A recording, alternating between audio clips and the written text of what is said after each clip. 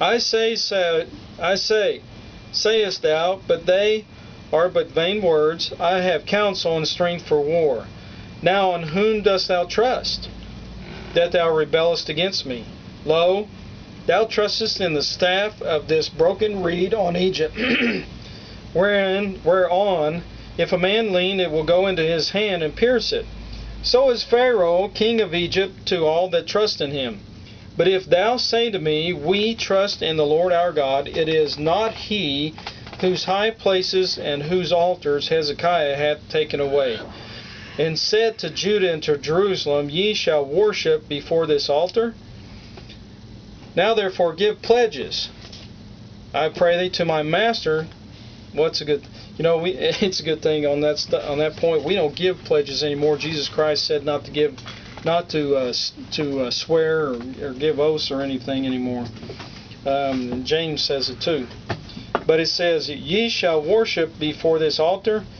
Now therefore give pledges, I pray thee, to my master the king of Assyria, and I will give thee 2,000 horses, if thou be able to, on thy part, to set riders upon them.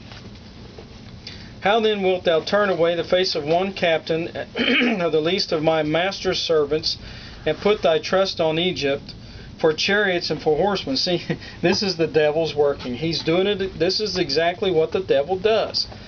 He comes to you and he brings all these forces against you. Right now we have all these things in America that are going on, that are building up and coming, and just building and building and building.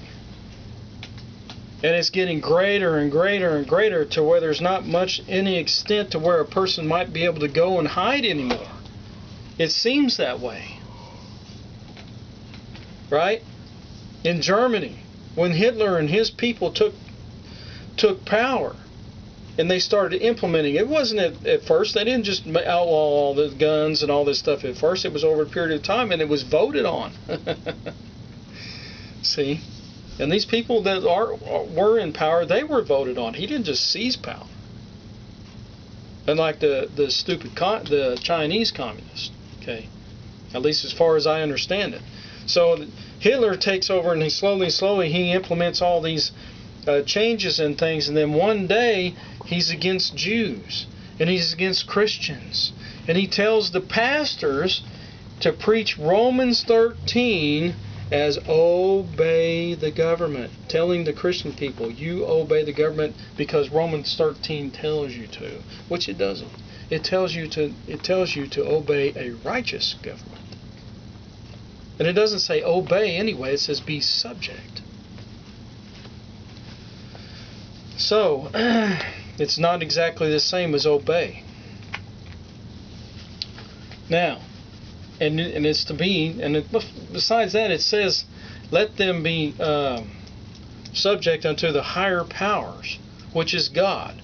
Because it says, let them, that means all of us, not just us be subject to the higher powers of the higher authorities and our physical authorities over us.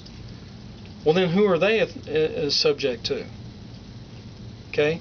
In the American system, our Caesar would basically be the Constitution. Okay? The government is bound by the Constitution. They're supposed to be. The ones that they answer to is us.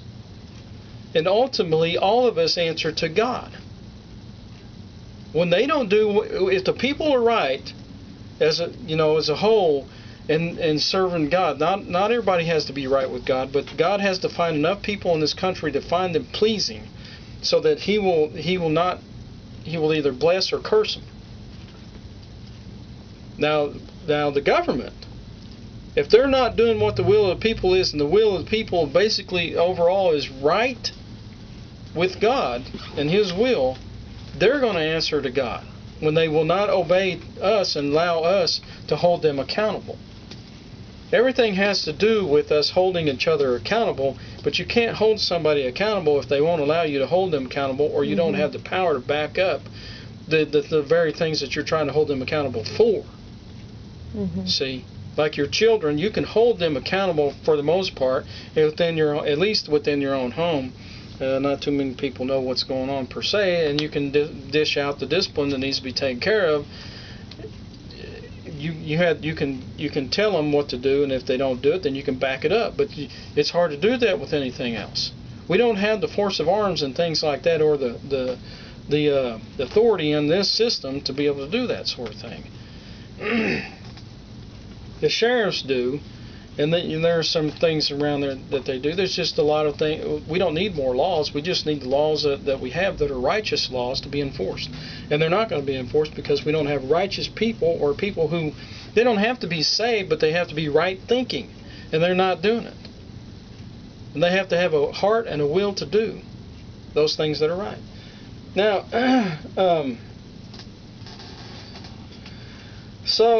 but anyway, we have all this thing building up against us. We have the FEMA camps. We have the which are internment camps. We have we have the oil spill that takes place off of which is probably a false flag operation off the coast of Florida. I don't know what it is about preaching, but then my throat starts clogging up on me. Then we have these other problems and incidences and things that happen. We have the Oklahoma City bombing. We have the 9/11. We have Waco. We have Ruby Ridge. We have, and those are. I think there's more than those that I'm not even thinking of right now. There was all kinds of things that happened under Clinton.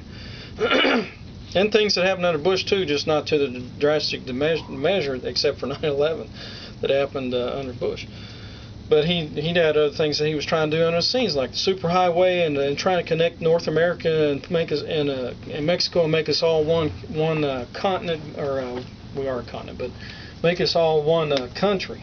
So we have all these things that are in the works that are working against us, and the bottom line is, as you start to uncover all these things and start to see where it is coming from and what they are doing and how they are building this coalition, it's not just against people in general to make them slaves. Ultimately, it has to do with Christ and Christianity, and they are anti-God, anti-Christ, God of the Bible, and Christ, and they are anti-Christians. They hate Christians, especially those that believe the Bible, that name the name of Christ and believe it and do it.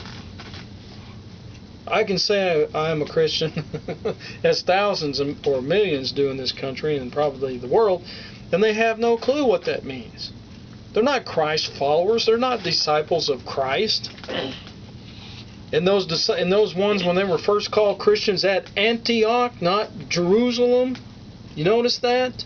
They were first called that at Antioch after they had been dispersed and spread out from Jerusalem. So they were at Antioch, and it was then after that that God started taking it out, the gospel out to the Gentiles too. As far as I know, as far as I understand it now.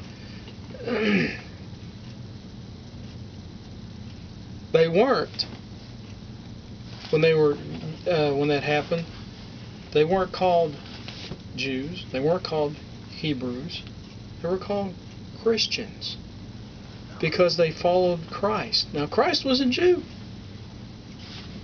but isn't that funny, because they weren't called that? And this relates to those, I'm talking about those who are Hebrew roots movement people that just want to get caught up in all of that and try to make it all one covenant. But when Christ came, God ripped the veil in the temple. It's no more. That temple and all that stuff had to do with Old Testament law. It all went together, and it's gone. The ceremonies are gone. The sacrifices are gone. And certain parts of that law have been lifted up. Some, I believe, have been carried over, and then they've been restated or codified, if you will, into the New Testament. But not all of it.